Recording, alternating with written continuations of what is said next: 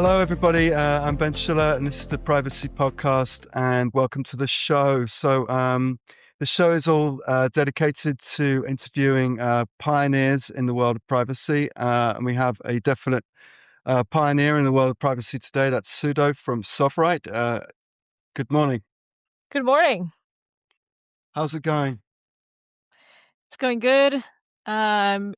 We went through privacy winter in 2022, 2023. It's finally looking up with different projects. Ethereum, obviously Zcash on the up and up. So it's doing good in privacy land. Absolutely. I mean, Zcash was on a massive tear last year. It was one of the best performing tokens out there in the whole ecosystem. I mean, I had some issues, I know, internally, but it's all a big growth story, so that's exciting. I mean, what do you attribute that change to in terms of attitudes towards privacy? That there was always that kind of cypherpunk version of privacy in the world of crypto, but that wasn't always seen as a mainstream concern. Why do you think more people are concerned with privacy these days, do you think?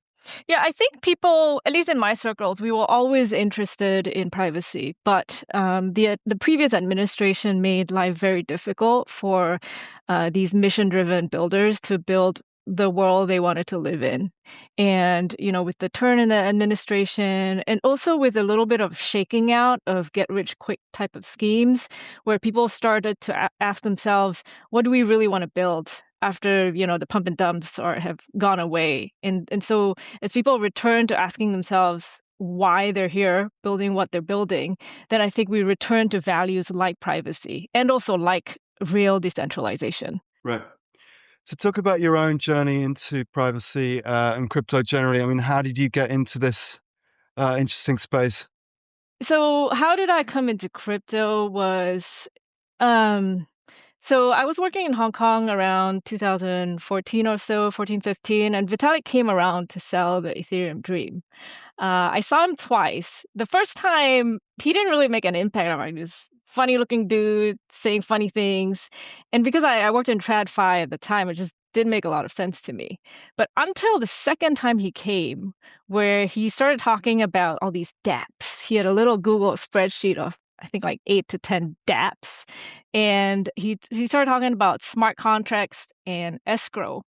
And at that time, I had just arranged $100 million escrow. And basically, it was a buyer seller. They put $100 million in a 3-day escrow. And I saw how much it cost. It cost $300,000 for 3 days of holding on to money, where both parties didn't necessarily distrust each other. They just, needed a third party, a neutral third party to watch the funds while they confirm each side is getting what they asked for.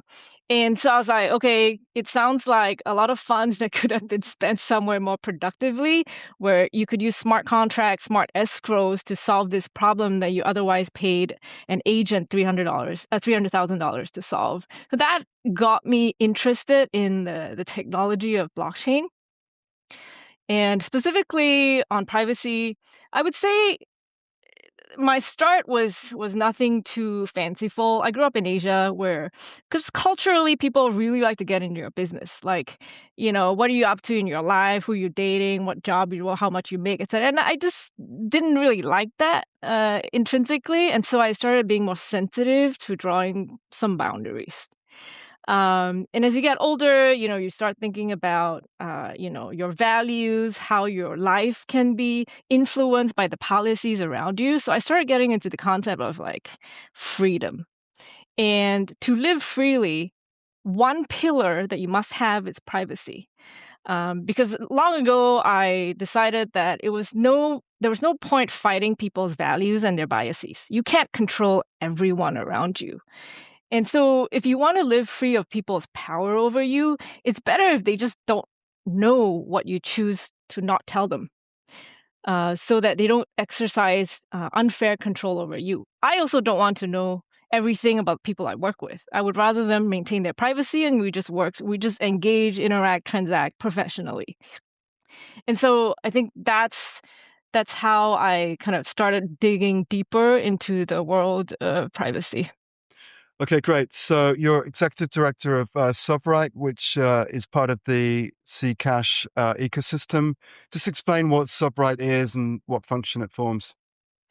Yeah, so SovRight is recently renamed. We renamed in June. We used to be the Electric Coin Company or Bootstrap.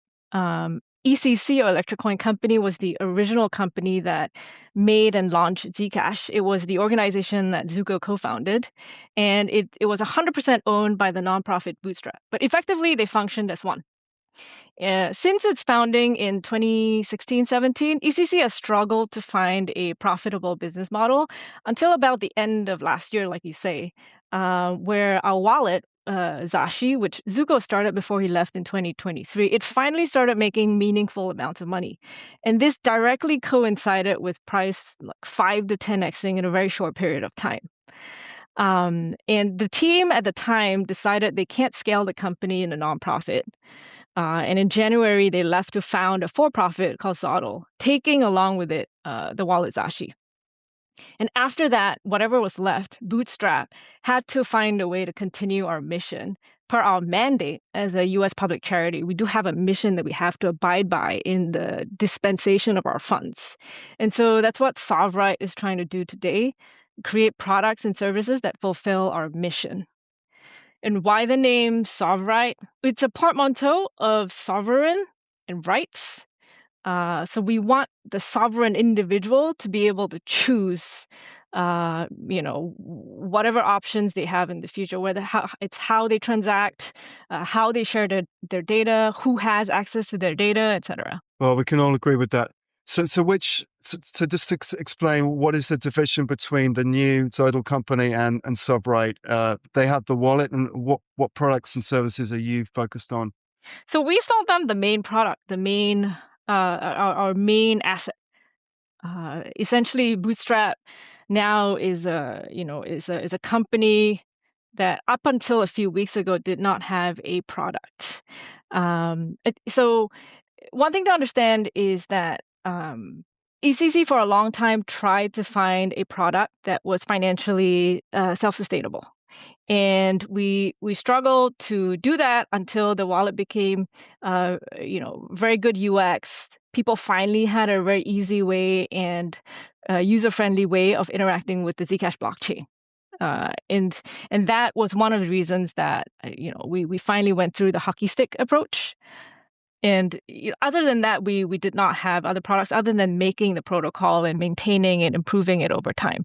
Okay, so you have this concept of the right to choose, which I think is interesting. I mean, with being in this kind of world of privacy, I often think the word privacy is kind of unclear exactly what it means, and it means different things to different people. You have different types of privacy, but it really does come down to this notion of allowing people to choose the type of identity they want, the dates they want to show to people. Is that what's driving this notion of your right to choose rather than calling it privacy? We feel like we've spent a lot of time in, defining privacy. Like you said, some people, and I definitely do define privacy as the ability to choose what you reveal to whom. There's something more urgent that we care about today in a world of AI. I was watching your interview with Evan McMullen in, I think it was April. I really loved that podcast. And she said many things that I agree with. And the one of these that were my favorites was Billions, her company, is trying to save the internet from AI. And how, as far as I understand, she intends to do that is by creating identities such that people can, with certainty, understand if I'm interacting with a person or an agent, and if that agent is tied to a real person, etc. Just to have clarity around what on earth is happening as you interact on the internet. Right. We spiritually come from the same vein, but our angle is a little bit different. We want to save humanity from AI. So you see, the spiritually it's the same thing, but we have a different angle. Instead of save the internet, we want to save humanity. Now, what do I mean by saving humanity? So in the world of AI-driven hyper-centralization and extreme automation, we can no longer take for granted that we will have sovereignty over our choices. And I think about this category of loss of choice in two ways. So one is manipulation and two is defaults. Just keep those words in your mind. With manipulation, this is something we're all familiar with. In the last 15 to 20 years, we've become painfully aware of the extent to which big tech and big advertising has manipulated us into making choices that maybe we wouldn't have made if we didn't see those things that they served us. We haven't actually done much about it as a society. And imagine instead of big tech fingerprinting you across the internet, instead, now I am voluntarily feeding my fears, my aspirations, my weaknesses, my family situation, my political affiliation, my health condition, all of that into this crazy machine, centralized machine to manipulate me and to manipulate everyone around me en masse is trivial now. And so this is a loss. This is a gross loss in our ability to choose. Now, the second category is the loss in ability to choose through default choices. And a very simple present day example is when you go to most websites, you have to make your cookie preferences. And when you're in Europe, oh my God, everything I do, I need to be clicking on a bunch of buttons. It's very annoying, but at least today, you have a choice. If I put in 5 more seconds, I have a choice as to whether I'm fingerprinted across the internet. But with extreme automation enabled by AI, and with the rise of personal agents with gross execution powers, it means that one very simple transaction could have gone through 30 different terms of service and privacy policies. So for example, let's say like I make an agent that says, order me a coffee every morning at 9 a.m. at my corner store Starbucks. By the time I walk to the store and have the coffee in my hands, my data would have gone through the AI platform, the stablecoin payment platform, the KYC platform they use, the agent services firm that Starbucks works with, Starbucks itself. And each of these, you add up, they might have 30 different analytics services that they're connected to. So at this point, just by buying a cup of coffee every morning, I have completely lost the ability to choose who has access to my data, to even know who has it. I'm not going to be able to know who the 30 different analytics service providers are. And the concern with privacy is even if something is okay today, it may not be okay tomorrow. What if coffee is banned tomorrow? Tobacco, alcohol, different kinds of medications, your political affiliations. So the exposure is forever because you've lost control over your data. And so at SovRight, we want to think about technology that allows humanity to progress without requiring humanity on a values perspective to regress. And this is what we mean by building tech that preserves our right to choose. So, I mean, anyone could see your story about Starbucks is just kind of insane, and it's becoming more and more insane with these kind of layers of intrusion into our lives and these different systems. But you also bring up this rather crude version of privacy in Europe with the GDPR, where they're making you agree to the use of the cookie, and that just becomes an inconvenience, right? It doesn't feel like, to me at least, and I think you were suggesting that, so it's just annoying that you have to click on the thing in order to get to the website you want. How do we make privacy not so cumbersome like that and actually part of a seamless experience that we want on the internet, so it doesn't become like this obstacle that I have to get over? I think it's a great question because it speaks to maybe some of the solutions we can build. Help me make these decisions about my private data as aligned to my own preferences, my own trade-offs. Some people are more convenience sensitive. Some people are more privacy sensitive. Personalize that to me and my threat model. Maybe I care more about my government not knowing things about me. Maybe I care more about these companies not knowing. Like everybody has a different boundary in terms of what they're comfortable with. maybe we can build tools that allow us to practically make these choices rather than, a very impractical, here's the choice I could make, but then I have to understand all these things and I got to replicate it 100 times a day. That's not practical at all. So, I mean, could you talk about maybe how Zcash or SovRight is working on making privacy more convenient, more part of our everyday interactions? I would say our current products are focused on Zcash specific improvements, which we can talk about later. But I wanted to also maybe talk about a future product or just brainstorm what a solution to this problem of defaults could be. And it's something that I have thought about for a while. I love privacy tech. I watch the different developments in different ecosystems, different wallets, etc. And one thing that frustrates me is making a choice about which to use and how to use it is not easy. Zcash, Monero, Maiden, Aztec, Tornado Cash, Privacy Pools, Kohaku Wallet, Cake Wallet, Unstoppable Wallet, all these are designed differently. They're architected differently and they have different choices that you can make. I don't know how to make all these choices, right? Like how does the anonymity set work? How long should I leave funds in the set before I remove them? What metadata is collected? Which RPCs should I use? Who runs which of these RPCs? Whether I should use Tor when I'm using this wallet. It's like these are tools made by nerds for nerds. Right. Normies be damned. So maybe something we can think about is a local AI powered agent that is customized to our individual priorities, our threat models, and our trade-offs, and guides us to make 10 choices that are actually aligned with us, rather than defaulting to whatever makes life easier for these companies.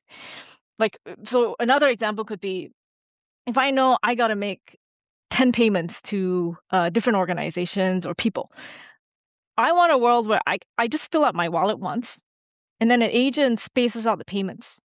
It connects to different VPNs, different RPCs for each payment, and it makes that choice based on a blend of the data collection policy of each RPC and the KYC requirement of my recipients.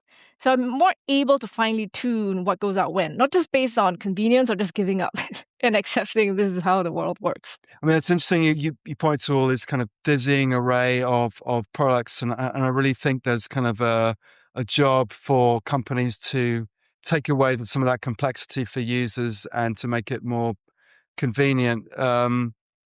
What else is on the SovRight roadmap in terms of AI? Are you actually developing something? Are you creating interactions between AI agents and the wallet so you can do private interactions? So, like I said, we're not entirely sure what we can and what we should build. We will have to filter it through the lens of what's practical and what may give us a path towards financial sustainability. But another angle here is that we care a lot about private inference, the ability to use AI models that are not just simply hoovering up all your data indefinitely. And this already exists in the form of, say, near.ai or Venice.ai, where they do private inference on a trusted execution environment. Right. You could also use local models so that your data doesn't go anywhere but your machines. And the goal, at least for me, is not to replicate what these companies are doing. They're well resourced, they're well talented. We don't have to compete directly. But is there a question of, can we supplement that? Can we make something that makes the user experience of these solutions better or more secure? And one person that can really help us with that is another one of our board members, Christina Garman. She is one of the world's foremost experts on breaking TEEs, which if you do any amount of research, you'll learn that they're not actually that secure. So she and her collaborator made a tool that fits in the size of a carry-on luggage, where you can basically extract the attestation keys from these TEEs that run your private inference servers.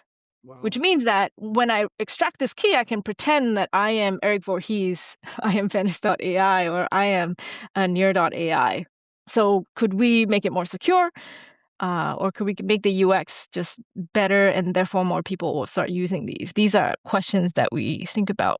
I mean, this sounds like something we should all be concerned about. I mean, how many blockchain systems today are running in these so-called trusted environments? I don't I don't want to say whether we should be hyper paranoid today.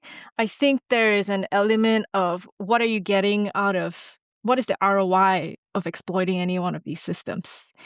Certainly in an age of AI when all data or extremely valuable models are being hosted on these systems, the concern is much greater then. Today, if you're running an extremely valuable service where the secrets on your server are very valuable, and then you want to be very paranoid and trust that these researchers know what they're talking about. But if outside of that, I think using TEs today is still better than not using TEs. All right. So I was reading up a little bit, and you talked about some of the other priorities for SovRight, including mining, decentralization, and network resilience. Is there a concern with Zcash about over concentration or too much centralization? And has that become more of a problem as the asset itself has become more popular? Does that create problems of centralization? Yeah, so it's a good segue to talk about some of the products that we have been coming up with, launching in the last 3 weeks. Um, a bit of context. So for several years now, Zcash had suffered from a mining pool centralization problem. I think this goes back to maybe as far as 2022, 2023, where on some days, about 50, maybe up to 70% of blocks could be made by one pool. This is extreme centralization, and this is also the reason why during those periods, if you try to make a deposit into any of the major exchanges, it would take many hours for your funds to be available because they want to make sure there are no reorgs. So the UX, whenever you want to interact with a centralized exchange, was actually quite poor.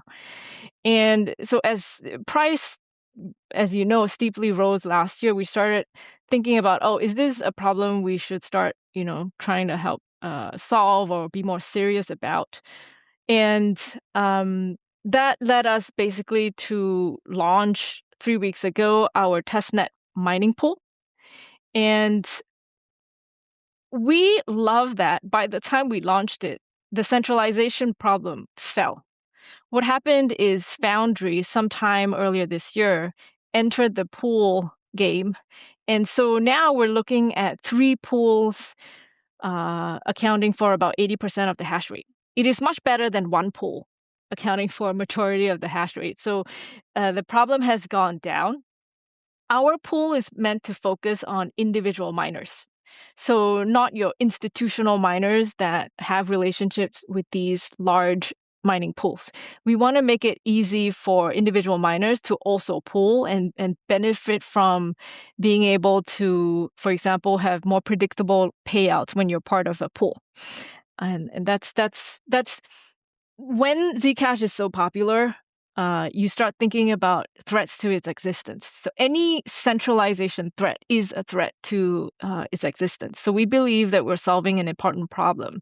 One way to think about the Zcash problems that we want to solve is by using the metaphor of potholes. These are problems that affect everyone using the network, but that few people have the incentive to go and spend a lot of time and resources solving. Right. And Bootstrap or SovRight, as a U.S. nonprofit public charity, has the ability to say, okay, this is meaningful. This helps us fulfill the mission. Let us go solve this problem. And that's why mining pool centralization is a problem we found valuable to solve. Good. We have a related product that we are just about launching, which also solves a centralization problem. And the product is a fast relay. So one incentive for miners to pull towards the largest pool is that when you're part of the largest pool, you learn more quickly about the last block because you learn about more blocks. Because that pool, by virtue of having more of the hash rate, generates more of your successful blocks. And so when you're part of the same pool, you find out about these blocks faster, so you can start mining the next block faster than people who didn't find out about the block until a little bit later. So there's this natural financial incentive to go towards the largest pool. But like I said, any centralization pressure is negative for privacy protocol. And so one way to solve it is to reduce the differential in time to receive a new block between the pools and all the rest of the miners. And that's what we're trying to solve with our fast block relay. We're just about in the process of finalizing it now. It's a low latency relay network. All right. So you were talking about the potholes there and the kind of impediments to the progress of Zcash. And I think another product you were talking about is Argos, which is about modernizing wallets. Can you just talk about that? It's a problem that is a pothole because people were affected, but it didn't really benefit a lot of people enough for these other people to solve the problem. And essentially, the history of how wallets came to be in Zcash is that the people behind the central protocol decided we don't want to also be responsible for the wallet. We want to encourage the community to come up with their own instantiations of a wallet. So then there was a flourishing of a few different community-built wallets. These wallets, they were built by scrappy, technically competent individuals who sometimes gained funding from our grant program and sometimes didn't. And so kind of maintenance was sometimes a little bit spotty. And Zcash has gone through a lot of ups and downs. And at the last major down, some of these wallets decided they just couldn't keep going anymore. And they stopped being maintained. One of these wallets, which actually I used many years ago and I loved it, was Zec Wallet Lite. Support was discontinued in 2022 or 2023. And what happened there is it derived shielded addresses or private addresses in a way that is a little bit atypical. So once the wallet was discontinued, people who used that wallet and had derived multiple shielded addresses no longer had a way to recover their funds.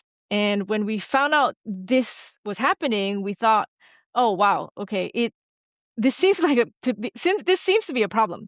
We really love our early Zcash users, especially the ones who, instead of just like normal people having one private address and one transparent address, they wanted to create multiple private addresses. These are your hardcore privacy people. We just didn't feel comfortable that some of these people had their funds permanently locked out, and we thought this is something we could potentially solve in not a lot of time. And since we don't need to seek a financial return in all of our work, we decided, okay, let's help these people with this problem.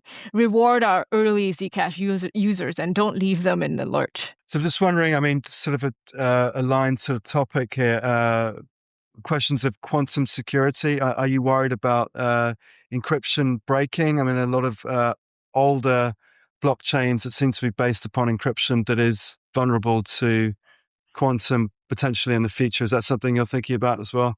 Yeah, so this is something that in Zcash we've been thinking about for a long time. Not saying, it is a solved problem, but one of our core cryptographers, Emma Hopwood, they've been thinking about it for a very long time. And with whatever we've learned this year, that timeline to resolving these quantum vulnerabilities has accelerated. We don't have a full plan yet, but there are steps being planned. How do we go from where we are today to a state where it's quantum recoverable, meaning as the quantum computer threat advances, we can flip a switch where funds and our secrets can be more secure until we finally come up with a solution. And one thing that gives me hope is that at least within Zcash, we are more united against this problem. There are fewer disagreements about what to do and what not to do. And I think in other communities, there are a lot more disagreements. I think we probably rival or are comparable to Ethereum in how organized we are about thinking through this threat. So you didn't mention Bitcoin there, but I'm imagining that when you talk about other communities, you might be thinking about Bitcoin. And I did want to ask you about Bitcoin generally, because I mean, it sort of appears to me, if I could just editorialize for a bit, I mean, I've been in this space for 11, 12 years, and and Bitcoin was always the kind of center of the cultural story in cryptos, where a lot of the true believers hung out.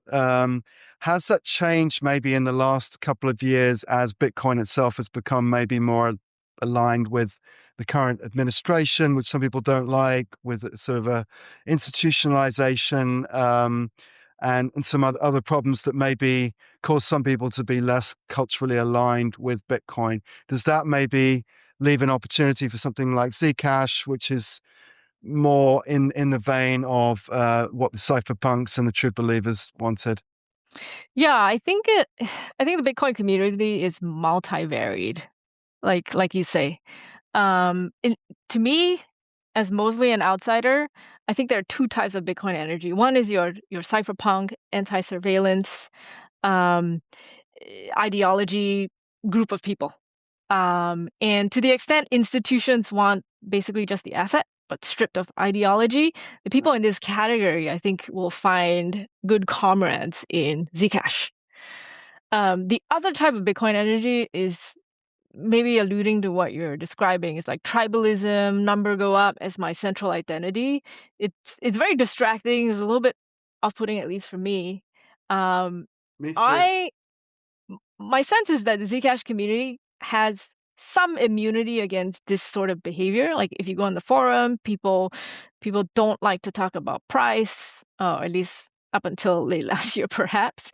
So I hope there's some immunity against this. And the reason it's important, at least for me, is the reason I was interested in Zcash is I saw around me a lot of protocols and projects. They were basically get rich quick schemes, right? There was very little like values and missions other than getting rich. In Zcash, at least when I was observing it, it was almost a get poor quick because price kind of shot up to $2,000 right after launch, and then just gradually just kept coming down. But I saw that the core engineers and the people who were building it from early on, they stayed. And being on the board for a few years, I can tell you that we came really near the brink a few times, like months of runway. But these people stayed no matter what. And for me, that told me that this is a real community. They really care about their work, and they care that their work really helps and protects people like human rights activists, trans people, people who need access to medical care. And that was inspiring. I mean, do you see that kind of cultural shift maybe from Bitcoin to Zcash as part of the reason why we saw the price run up last year and recently? I think any time number goes up, as long as humans are involved, a certain behavior gets highlighted. Right. I still do think there are not so many people in the Zcash community that culture can still continue to evolve and develop. And I think it's important that um, as a community, we try and think about what kind of culture we want to evolve into. It's still very much dynamic. There are 6 or so different key organizations now, many new people joining our forums. It's still a very malleable place, but one where, you know, it's always the sensationalist posts that carry the furthest. And on the forums, you can see this. I hope that we are able to say this is not the culture we want. We want to be rational. We don't want to be pulled into mean-spirited or emotional arguments. That I think would be difficult to achieve long term, but I hope that we can at least aspire to that. Just paint us a picture of the future of SovRight and of Zcash. Where do you want to be in 5 years' time? You were kind of painting a rather dystopian picture earlier with the Starbucks example. What is the kind of opposite, more positive, optimistic case for both for Zcash and for privacy generally in that context? Yeah, I think going back to our almost slogan, you could say, like helping humans preserve the right to choose, allow technology to progress without requiring humanity to regress. And I think these next 5 years are critical in how AI tools are adopted, how we choose to run them, how we allow them to run our lives. And I think it is success for us is if we make our small contribution to helping people to avoid getting unconsciously manipulated and being able to opt out of default and into choices that serve you. So the slogan could be from defaults to choices. From defaults to choices, sure. Yeah. Yeah. Okay, great. Well, thank you so much, Sudo, for being on the Privacy Podcast. I've enjoyed talking with you. This was great to have you, and we'll see you next time. Thank you, Ben. Hi, everybody. Thanks for listening to the Privacy Podcast. I'm Ben Schiller, and we'll have another pioneer in the world of privacy next time. We enjoyed talking with Sudo today from Zcash. It's obviously one of the most innovative and productive systems in all of privacy, so we'll be watching that closely. Excited about the future of that. Check out future episodes on YouTube and Spotify. And just wanted to give a shout out to our production team headed by Michelle Musso from Musso Media, who does a terrific job producing this podcast. So check out her work as well. And we'll see you next time. Thanks very much for listening.